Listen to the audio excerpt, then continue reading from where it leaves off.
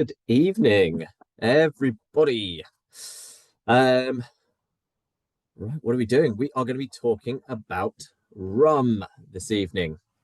So for those of you that don't know me or don't know me yet, my name is Jim, and I'm one of the hosts at the Wine Society. But Wine Society is a misleading name. We do so much more than that. And if you tuned in a few months ago, I was chatting to you all about gin. And today it is the turn of rum. So please do feel free to make use of the chat function. If you have any questions, then please fire it away. Any comments, any feedback, then absolutely please do. I will try and answer as many as I can. I'm very new to all this newfangled technology, so please forgive me if it takes me a while to clock that someone's asked a question. Right, rum. It is an absolutely fascinating category, and I will try to cover as much information as I can in the next sort of 45, 50 minutes or so. But please do bear in mind that there is so much more to know, to understand, and to learn about rum. And we're really only going to be scratching the surface. So if anybody is enjoying a little tipple, then please again drop it in the chat. Let me know. I'd love to hear what you guys are drinking this evening, enjoying this evening, what your preferences are. I myself am drinking the Angostura 7-year-old rum. So it's a lovely blended rum from Trinidad and Tobago. And we'll kind of cover the ins and outs of what a blended rum means in a while. But for me, I get loads of that kind of lovely banana, caramel, chocolate, raisin notes on the nose, lots of molasses flavor, plenty of spice, lots of complexity. And yeah, by itself, it's absolutely delightful. I've got some cola down here as and when I would like to have a little splash added in. So that is where we're at now. There we go. Ooh, lovely.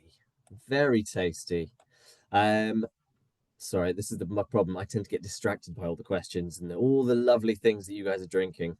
So I think it's probably pertinent to start with what is rum? And rum is let's have a think how to phrase this. It's almost known as the Wild West of the spirits world. It's hugely popular. In terms of on-trade consumption, on-trade sales, it surpassed whiskey a couple of years ago, actually, 2023. So it's trending well above £1 million a year in terms of value of sales in the on-trade. So it's a hugely popular segment. But there is a lot of smoke and mirrors there. Now, if you tune into the gin session, you'll know that I spent some time working at a gin distillery. And on the side of that, we also dabbled with rum. And so kind of first-hand knowledge of blending things, of mixing things, spicing things, flavoring things. There's a lot of smoke and mirrors in there, which we will kind of come to in a little while. So rum is defined in the UK as a spirit drink produced exclusively by alcoholic fermentation and distillation, either from molasses or syrup produced in the manufacture of cane sugar or from cane juice itself, and is distilled at less than 96% alcohol by volume, so that the distillate has the discernible specific organoleptic characteristics of rum. That's a bit of a mouthful. Essentially, you get your juice, whether that's molasses, whether that is cane juice. You ferment it, you distill it. That is it. You can water it down. You can bring it down to a palatable level, which a lot of rums are bottled, around 40%. It's got to be more than 37.5, otherwise it drops down the scale. So anywhere between 37.5% and 96 As long as you add nothing else to the mix, you can classify it as rum. So this is where the smoke and mirrors comes in. You're allowed to add caramel for coloring only. You cannot add any more alcohol, which kind of makes sense. You want to maintain that purity of flavor. But a very specific point in the legal definition is that rum shall not be flavored. So you're kind of all there thinking, hang on, hang on. I've seen a lot of flavored rums on the market. What you'll notice is when you start looking at some of the bottles, some of the labels, they're very, very clever in how things are phrased, how things are worded. So you know, we think of specific spiced rums, for example. You'll quite often see that they are rum-based spirits drinks. And at the distillery, that's kind of how we used to get around that, because as it says, legally, if you flavor it, it no longer becomes rum. So it's it's a very interesting category. There's a lot of as I say, lots of smoke and mirrors in terms of producing this idea, and caramel coloring in particular is used extensively for coloring in a lot of rums. If not, you know, not for nefarious reasons, quite often it's consistency. If you're aging things in barrels, you will take on a bit of color. But if you're producing on a mass scale, you want consistency. And once you start blending things in, you need their kind of color matching capacity almost. So a lot of places will what are the flavors in your Diplomatico? I couldn't say. I'm not drinking that one, I'm afraid. Yeah, I'll let you do the tasting there. Um, so yeah, you there's a lot of caramel use for coloring, but it's not for flavoring. It's there as a mark of consistency. The rules then change from country to country. So Mexico, for example, you've got to have a minimum of 8 months aging. Dominican Republic, Panama, Venezuela is a couple of years. You've then got different terms in naming conventions. So some places you've got the white rum, dark rum, gold rum. In Australia, you've got dark, red. We've then got overproof, underproof. So there's the world of rum is enormous. It is so extensive, which is one of the reasons why it's so fascinating. Let's start at the beginning. You know, where does rum come from? The word itself, no one is entirely sure. There's several theories floating around there. One of the most widely accepted is it comes from the term rum bullion, which is a beverage made from boiling sugarcane stalks. So that's one possible. Or you've got the term rumbustion, which was a slang word for an uproar or tumult. You know, which kind of links into what happens when you drink too much rum. But both of these terms popped up into the English language around sort of the 1650s, which kind of coincides when rum became a more commonplace commodity within within the English speaking world. But there are so many other theories that abound. So that's where we kind of get the name from potentially. But the use of sugar in fermentation goes back a long way. There's sugarcane wines being produced across Australasia, Southeast Asia for thousands and thousands of years. There's a recorded example from Marco Polo in the 14th century, where he accounted for a very good wine of sugarcane, which was offered to him in modern day Iran. So, you know, even back then, use of sugarcane was being used to ferment. And then obviously with the advent of distillation, we could start to get a little bit more interesting. They found a shipwreck, a Swedish shipwreck, which sank in 1628, and there was a liquid found in the wreck itself, and they've identified that as being rum. There's records of rum being produced in Brazil from the 1520s. So we're kind of assuming that rum production goes back that far, at least. The kind of one of the accepted theories is that rum production itself began in Brazil with a lot of the plantations, and sort of this discovery among the slave populations that from the molasses, which is one of the byproducts of sugar production, it's then worked its way north up into the Caribbean, which where it really took root. So we'll kind of touch on molasses, cane syrup, cane juice in a bit. We're still working back into the history and what it's all about. So you're kind of working the way up through the Caribbean, and sort of as the slave trade, the sugar trade, you kind of got this, the triangular trade, as it were, and it's this kind of continual motion, perpetual motion, that one feeds the other. So the slaves can be brought over to work the plantations. The plantations are producing the sugar, more rum. Rum is in demand, and that drives more, worse worse amounts of slave labor. So it kind of just kept on going and going and going, and it definitely helped to perpetuate and spread across South America, Central America, the Caribbean, and interestingly enough, into North America as well. In the 1660s, so 1664, we had the first rum distillery was set up in the 13 colonies, so on Staten Island, so modern day New York. Boston, Massachusetts, interestingly enough, was kind of the hotbed for the North American rum production for a number of years, and it became New England's largest export for a good number of years.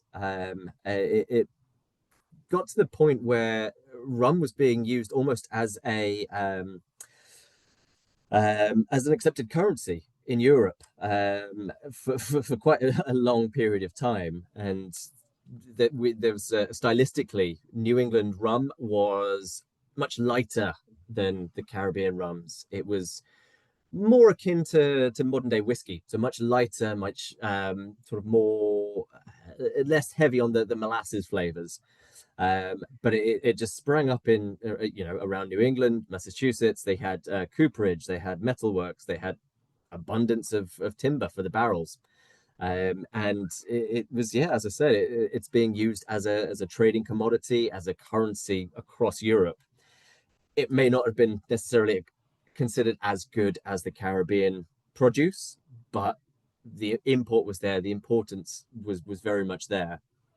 And domestic consumption was enormous. They estimate that in the years leading up to the American Revolutionary War, you're looking at, for every man, woman, and child, drinking on average 14 liters of rum every year, which is a lot of rum. So it was hugely, hugely important. And off the back of that, there were various molasses acts. You had the Sugar Act, so 1733. The British levied a prohibitive tax on molasses imported from or imported into the 13 colonies. Knock-on effect was because France had banned production of rum in their own colonies because there was too much competition with domestic brandy production. So the American producers were getting access to this much cheaper molasses, and were really competitive in their pricing with their own production. Obviously, as we saw last time with gin, there's a lot of competition there, and the government very quick to crack down and sort of add a little tax onto that. It's been a really interesting development, sort of all up and down the Americas, and it's been fascinating to look into this. Now, I don't know about yourselves, but for a number of years, whenever I thought about rum, first link is pirates. And I think piracy, rum, it just kind of goes hand in hand. A lot of it, to be fair, does stem from the works of Robert Louis Stevenson. Treasure Island has had a huge impact in kind of linking the two together. But there was still a very strong connection between sailing, the navy, and rum. It kind of all kicked off in 1655 when the British Navy captured Jamaica, and from that point we had access to a domestically produced rum. Um, so at that point, it made sense for the Admiralty to change their daily ration from French brandy to Caribbean-made rum, to Jamaican rum. We could then chop and change depending on current political activities. It makes it a little bit more fun. But because you've got that production center in Jamaica already, the fleet could be outfitted from there. And naval rum at the time, it was usually a mix. So it was a proper blend of rums produced all across the West Indies. But obviously within Jamaica, you can blend it properly. They've got a place that they can bring it all together. So it was supplied at 100 degrees proof, which in modern day terms would be sort of 55, 56, 57% ABV. So that was 100 degrees proof is the old way of testing how strong an alcohol is by soaking gunpowder in it. So if you can hold a consistent flame, that's that's your mark of quality. So we started using the term navy strength you see it in gin, you see it in rum, and that is a spirit specifically bottled at 57% ABV. So that matches up with that 100% proof. And ever since 1655, rum was the ration of choice, all the way up until it was sort of relinquished in 1970. So ever since then, that's been a mainstay part of the naval culture in the UK.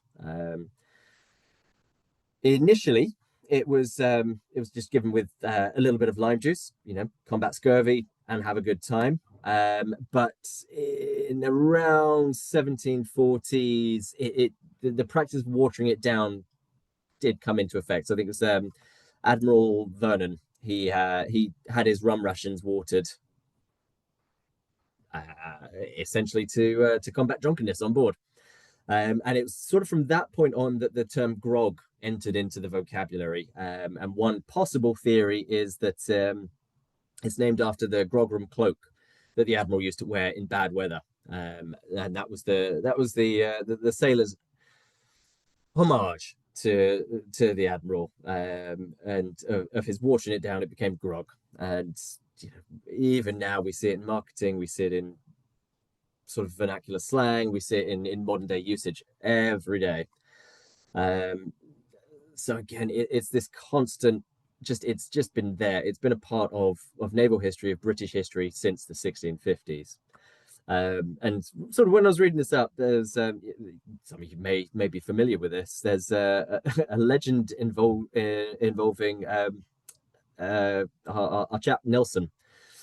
So after his death at Trafalgar, his body was preserved in a cask of rum to allow it to be brought back to England. And upon arrival, they found that the rum was the barrel was empty. All the rum was gone. So the body was removed, and it was found that the sailors actually drilled a little hole into the barrel and been drinking down the rum. So one of the other names that we come across for rum is Nelson's blood. And it's a possible explanation for where we get the term tapping the admiral as a term for drinking rum, and that's just a nod to the sailors slowly sucking out the rum from their admiral's barrel of rum. It's a lovely story that it is very highly disputed, as all historical stories tend to be, but it's good fun, and I really like that. I mean, that is obviously just from a very British take on it, but the cultural impact that rum has had, you can see it up and down the Caribbean coast of South America. You can see it in the Caribbean. It's a huge part of daily life. even, into the Indian Ocean, Mauritius. One of my good friends is Mauritian, and rum is just a part of daily life. You go to the tabac, you go to, you pick up your cigarettes, you go send your post, you get all the little bits and pieces you need, and you buy a little tot of local made rum. It's socially ingrained as a part of the culture. And it's incredible to see how involved it is everywhere, more or less. Wherever there's sugar made, there's rum made. And it's just interesting, isn't it? When you kind of look into the culture of things, the societal side of things, it just gets more and more interesting the more you look into it. As I said at the start, there is so much information out there. There's so many stories, so much history. We could quite happily go on and on all evening. Sadly, I can't. I have a limited time frame to talk to you all, and I'm sure you all have a limited attention span, which is fair enough. So we've discussed what rum is legally. We've covered a very, very brief history of rum. So how do we make rum? That is a very important question. Now, as we said, rum is made following on from the fermentation and distillation of molasses, sugarcane juice. So it just makes sense to start there. You've got your crushing, your milling sugarcane, and that produces your juice. That is an important part of sugarcane sort of sugar production. So on the plantations, it would have been crushed, it would have been milled. You get your free run juice. What would then happen is it would potentially be evaporated, filtered, and you're concentrating it down into like a lovely concentrated rich honey syrup, which could then be distilled if needed to be, and then keep going. You're boiling it, you're starting to really cook it down, and you're separating the raw sugar crystals from everything else, the water, the juices, the everything else. And this little offshoot, the juices, that's your molasses. And that is traditionally what was made into rum, as it was it's a byproduct. You don't want to sell the good stuff, the juice, the pressed juice. That can get sold as sugar, as a commodity in and of itself. So really then you've got three base products that you can ferment and then distill. So you've got your your free run juice, if we're looking at it from a wine perspective. So that'll be your sugarcane juice, and we see that being used now in rhum agricole. We see it in cachaça in Brazil. You then, if you're concentrating it down, you're evaporating it. That gives you a little bit more of a golden color, golden texture. It's a little bit more intensity in your rum. And then we keep going down your molasses. That's when things start to get a little bit more funky, a bit more interesting. And you can kind of then refine it further. You can go refine it less, but you have your sugar. We're then fermenting it. Now, fermentation is where a lot of rums tend to get their flavors. So distilleries tend to have their own sort of proprietary blend of yeasts, and that will give them their kind of structured flavor. But as with a lot of whiskies, as with a lot of wineries, a lot of natural yeasts can be used as well. So it's kind of incubation in the distillery. So there's always yeasts floating around in distilleries, in wineries. The yeast is always there. And so using these natural yeasts tends to give a little bit more complexity into your ferment, whereas cultured yeasts give you a more sort of linear flavor. So the fermentation itself can last anywhere from 24 hours. If we were looking at the sort of the lighter white rums, it kind of gives you a much fresher flavor, to well over a week of fermentation with your natural yeasts, and that just develops complexity. Quite often we're using open top fermenters. So instead of with wine, you might often close it into stainless steel to preserve everything. In the rum production, you want it open, exposed, getting everything in, all the good stuff into the mix.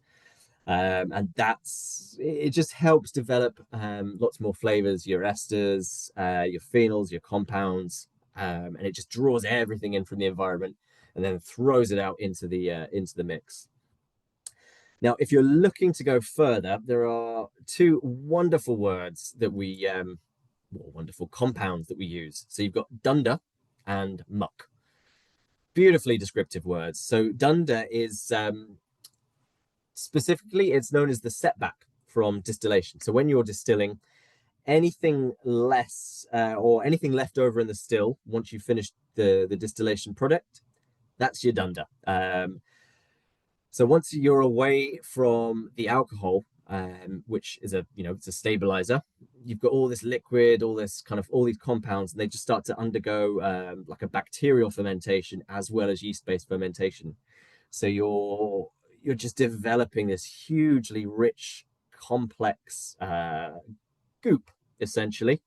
And this is the stuff that is used particularly in Jamaica. So Jamaican rum is very well known for its kind of funky, estery flavors, lots of bananas and really quite interesting, sort of magical rum. And this is a lot of the dunder is there. It's used quite often in agriculture. It's used as a what's it called? Fertilizer.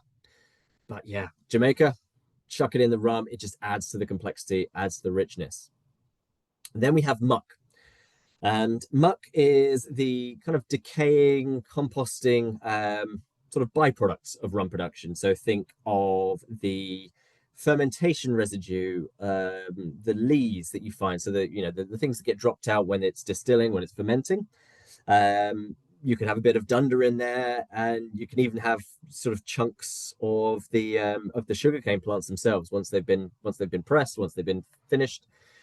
If you've got no further use, chuck it in the muck. It will start to ferment. It will start to decompose, and again, you're just adding a huge amount of flavor and richness to the mix.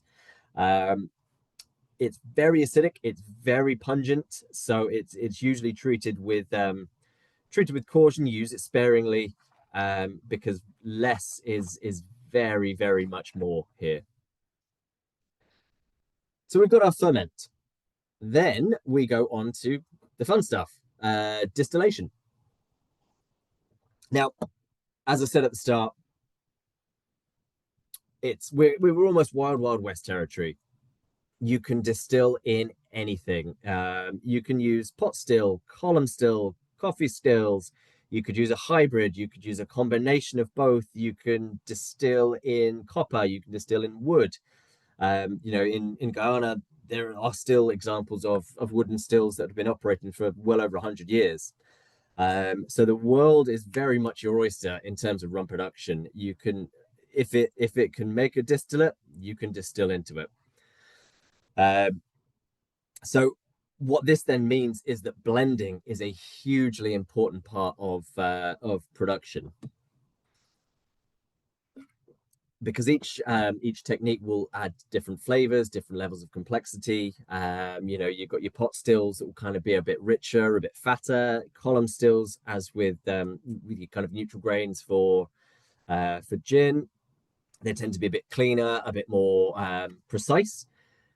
So what a lot of distilleries will do is they'll make several different distillates, which are known as marks. And then once they've got all their marks are made, they can then get aged separately. They could get aged together. It'll be blended. And again, you're just trying to create a lovely complex mix of flavors. So for example, you've got your agricoles. So that is sort of more sugar cane juice as opposed to the molasses side of things. They will tend to go into your kind of your multi-column still. And it kind of gives you more cleaner sort of your vegetal flavors. Whereas, as we say, like, in Jamaica, pot still is king. And there's a lovely, so if you're familiar with the kind of the concept of a pot still, so you got your big container that holds your ferment. You're then distilling, you're heating it up, and it goes up through the swan neck. Normally what would happen is it would travel across into your condenser, and then it slowly condenses through the coil to give you your distillate at the bottom. What the rum producers have developed is it's known as a retort still. So instead of going across this sort of swan neck, as it's known, it goes down. So it will go down into another vat, another still, where it mixes with the residue of the previous distillations. Same thing will happen. It will evaporate. It will boil up. It will go across and then down again into the next one. So you kind of got moving from your base fermentation. It goes into, so it's evaporating, it's vaporizing, it goes down, and what it hits is the low wines from the first or the previous distillate. So your low wines are your kind of 30% ABV, so they tend to be a bit lighter, lighter flavors. So you've got all this lovely sort of evaporated alcohol, flavored alcohol. It goes down into the 30%, and then it raises the ABV to about 60. It mixes, it encourages more flavor to develop, and then again it vaporizes. It goes up, back down into the next one, and here it mixes with the high wines, so sort of 70% and above. And again, you're mixing, you're matching, you're creating some lovely flavors, and then it's ready to go into the condenser. So that's the retort still, and it's a fascinating creation. And what it does is it just adds a huge amount of complexity into the mix, because you're taking your fermentation and mixing it with all the previous distillates, and it's what's not to love about that? So that's how we make rum. It's such a complex category, though. So to break it down, there are a few ways of looking at it. So you've got one side is your kind of your variety, your what's the best way to phrase this? It's almost based on geography and historical context. So traditionally speaking, in the Caribbean, we have three colonizing nations. You've got the French speaking, Spanish speaking, English speaking, and that's broadly how rum is categorized on a very top line level.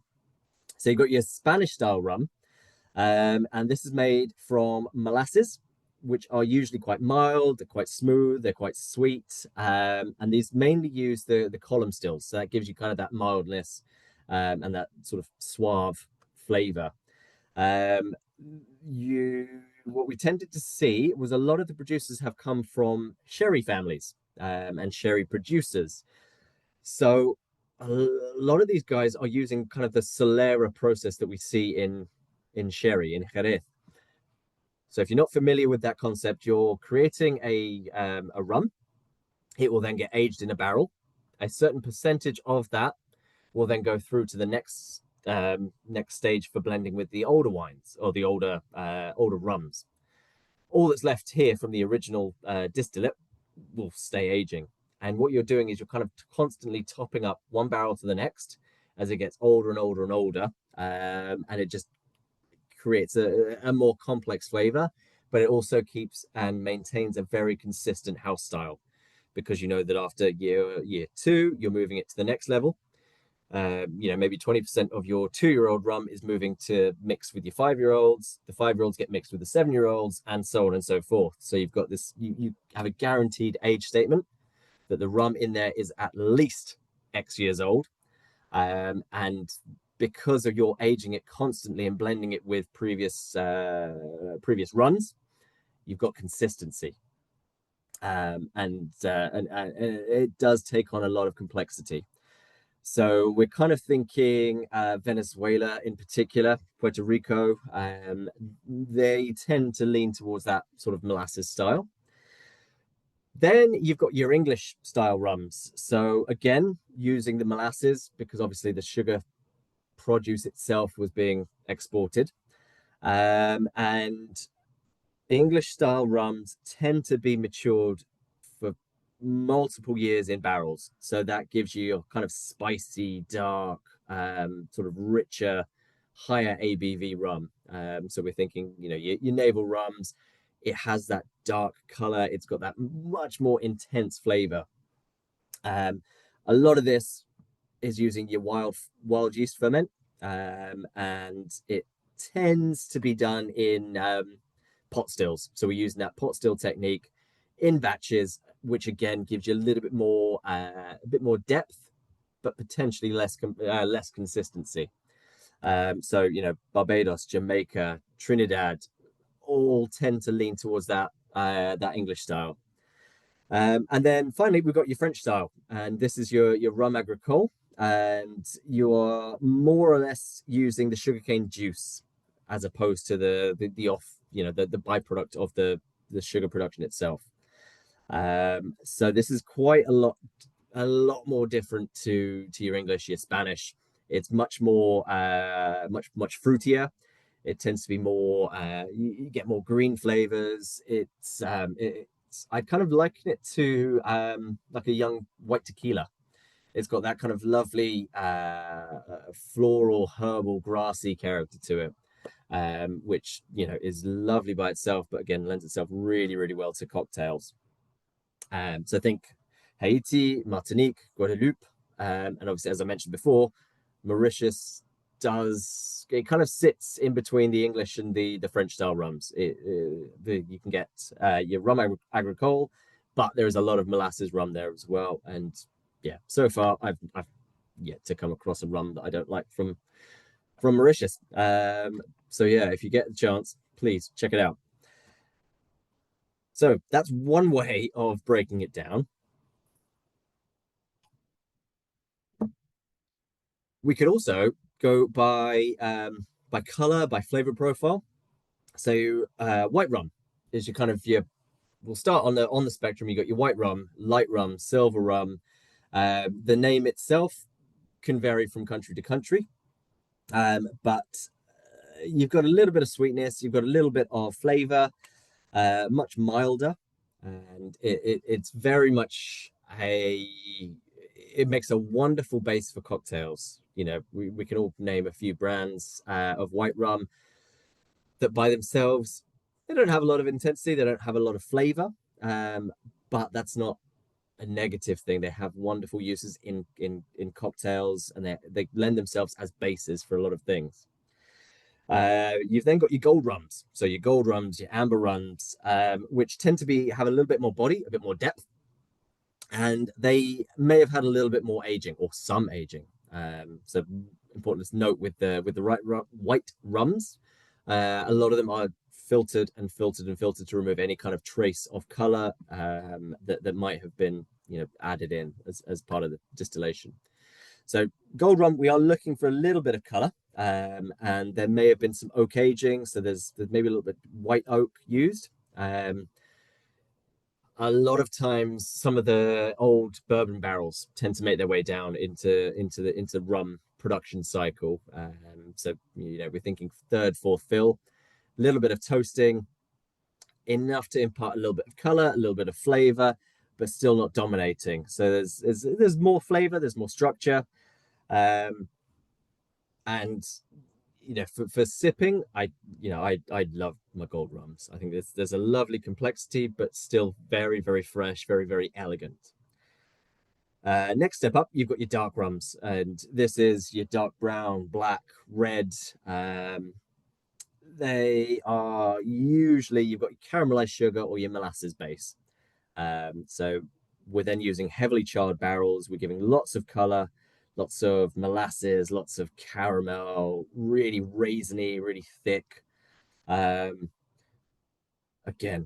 beautiful for cocktails. If you're thinking like old fashions, Manhattans, that kind of twist, dark rum can be a fantastic addition to that, or alternative, as it has that depth, complexity. Think of a cold dark night, a little bit of bitters, bit of sugar, beautiful. It tends to get used a lot in cooking because you've got that inherent sweetness and depth of flavor. But that's not to say that they're not very, very important in cocktail making as well. We then got your Demerara's. So Demerara rum is quite unique to Guyana. Now, Guyana produces, in my opinion, some of the most interesting rums in the world. So it sits on the Demerara River, and it is dotted and covered in sugar refineries, and by necessity, distilleries. And what you tend to get here is it's you got rich, full-bodied flavor. So it sits below the dark rum in terms of color and intensity. It's like a gold rum, but has a little bit more, I'd say, charm. So what I've found in the industry is that a lot of rum blends, own label stuff, a lot of Demerara rum gets used in the blend because it does add a certain amount of charm and a bit of body without losing any kind of complexity as well. Then, as we touched kind of on spiced rum, so spiced rum, flavored rum is a category in and of itself, but it very much depends on where you are located. So the US obviously have different distinctions, different definitions to what we have in the UK. So for us, if it's spiced, if it's flavored, it's not rum. It would be a rum-based spirit drink. Again, delicious. There's some really, really wonderful spiced rums, flavored rums out there. It's if it's been sweetened, there's some vanilla in there. Quite often you're using sort of some citrus. You can play around with it so much more. It's a very flexible category. It makes for sipping, for drinking, for cocktails. But it's very, very important to note that it does sit outside of the rum category itself. But yeah, I mean, there's some lovely examples out there, and it kind of offers a gateway into the world of rum. Certainly, that's how I came across it. I'm sure we probably think of various pirate-based rums that are on the market that are spiced. A lot of people kind of start there and they go, "Ooh, I quite like the flavor. What's next?" So they're a fantastic way into the market. Then you kind of got your sort of offshoots that aren't rum, that are legally defined as other things. So Brazil, you've got your cachaça, so which potentially is where rum started. So cachaça is very much your sugarcane base, similar to your agricole. It's a white rum. It's very lots of esters, lots of green grassy flavors, and it makes a fantastic caipirinha. If you haven't had a caipirinha, please check it out. They're just wonderfully refreshing and delicious. You've then got your aguardiente across sort of South America, which is essentially it's just distilled from molasses or sugarcane. You can have sugar added to it. It's a very loosely defined term, that one. So as you can kind of imagine, there is a little bit of a push for more clarity, for more explanation. I think consumers are now starting to switch on to the fact that what you see in the bottle is not necessarily what you're expecting. So there are a lot of distilleries that are now including the ingredients. So, they'll show that there's a little bit of caramel for color. They'll show when it was distilled, when it was bottled, how it's been aged. As a spirits, as a wine geek, I love to see that.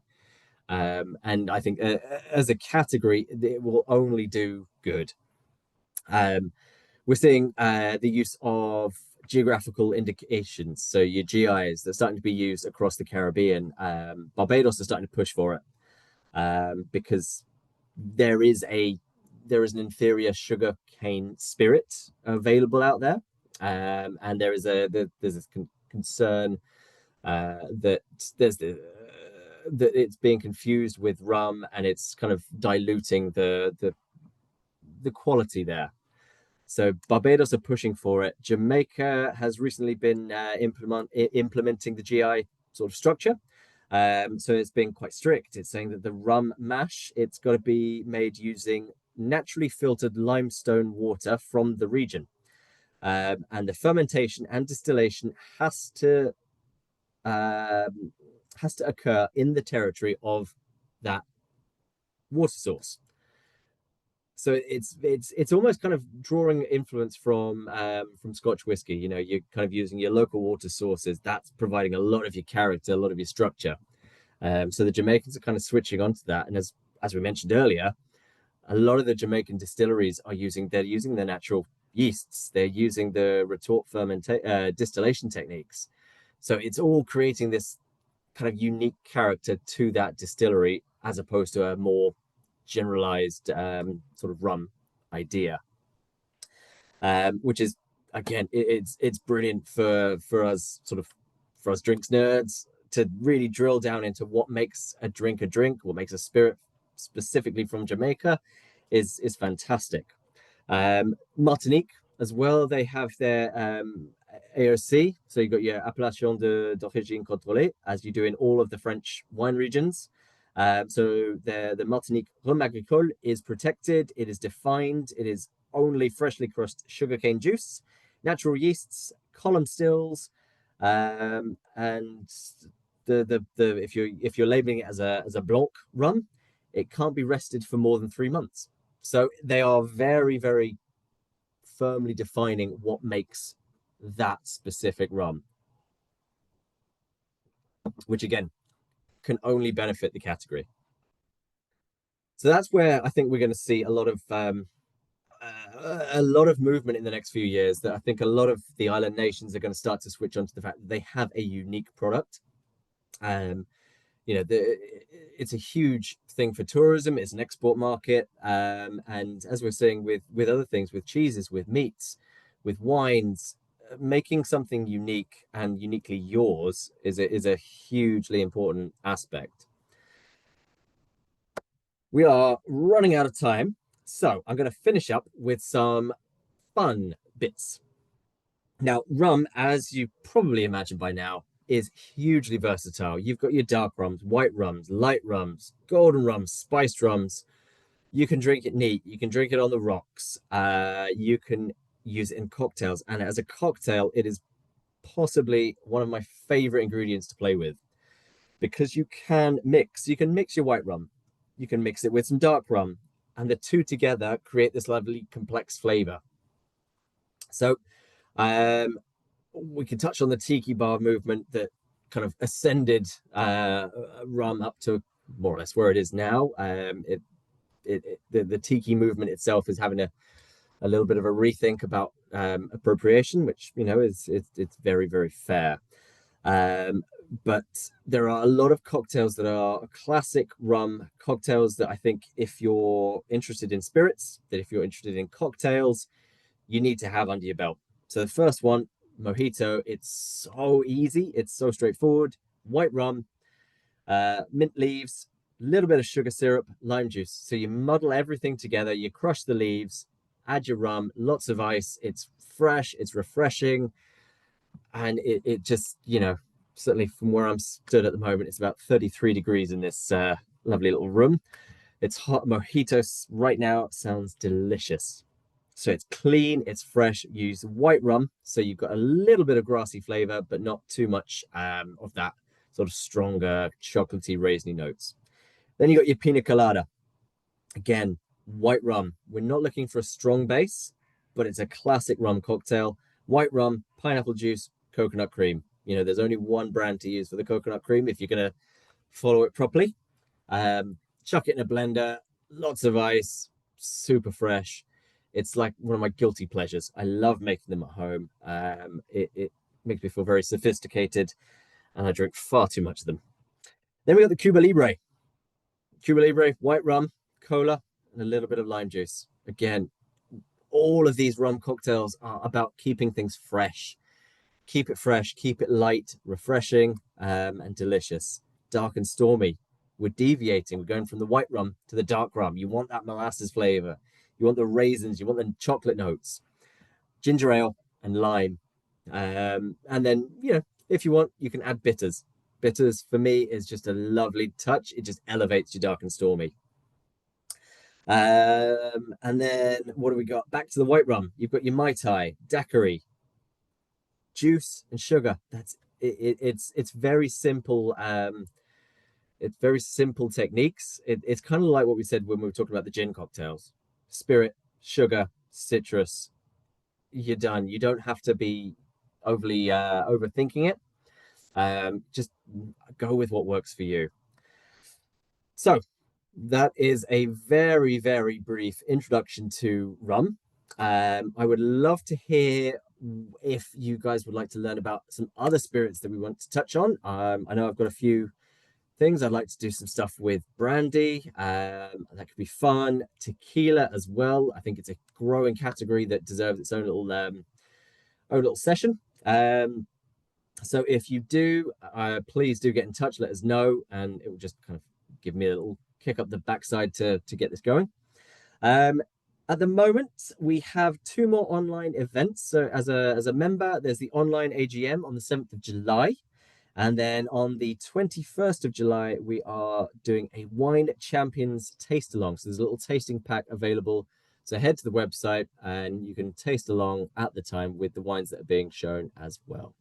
So it has been a pleasure, as always, chatting with you all. And yeah, please get in touch with any questions, comments, and I will see you all again very soon. Thank you.